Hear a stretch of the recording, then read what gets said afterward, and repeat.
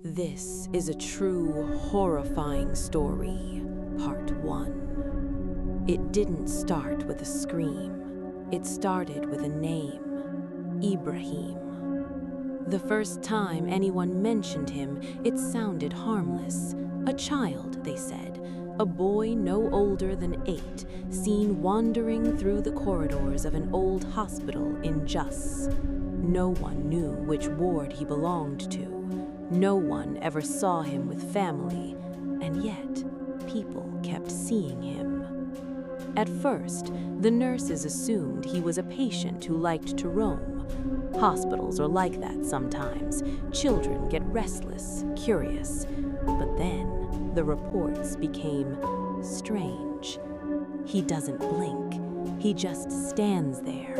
He watches you, like he's waiting. Amina was one of the nurses on the night shift. She didn't believe in stories like that, not until she saw him herself. It was close to 2 a.m. when she noticed a figure standing at the end of the pediatric ward, small, still, facing her. "Ibrahim," she called out gently. No response. She walked toward him slowly, expecting him to run or hide, but he didn't move, not even a step. And as she got closer, she realized something was wrong. The boy wasn't breathing. No rise of the chest, no movement, nothing.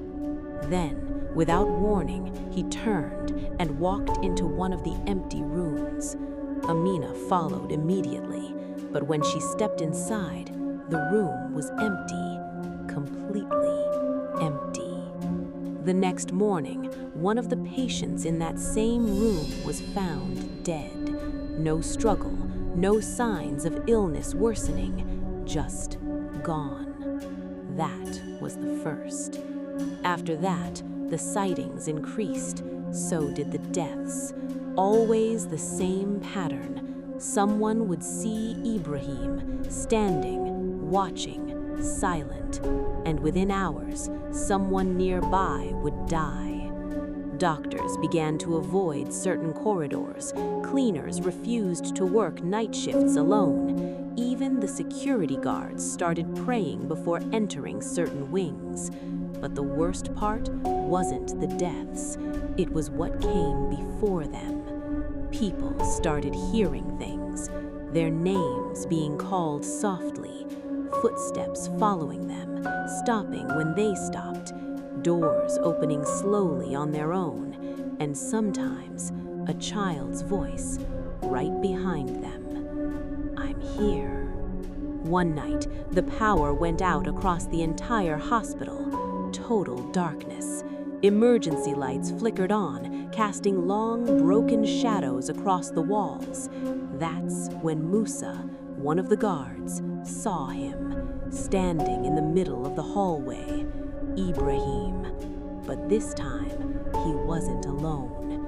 Behind him, figures, dozens of them, patients, staff, people who had died in that hospital over the years, all standing still. All silent. Mu tried to move, but his body refused. And then Ibrahim smiled, not like a child, something older, something that understood fear. By morning, Musa was found at the end of the corridor, alive, but he never spoke again. And from that day on, the deaths didn't happen one at a time anymore. They came in groups, because Ibrahim wasn't just watching anymore, he was collecting. If this gave you chills, follow for part 2, because what happens next is even worse.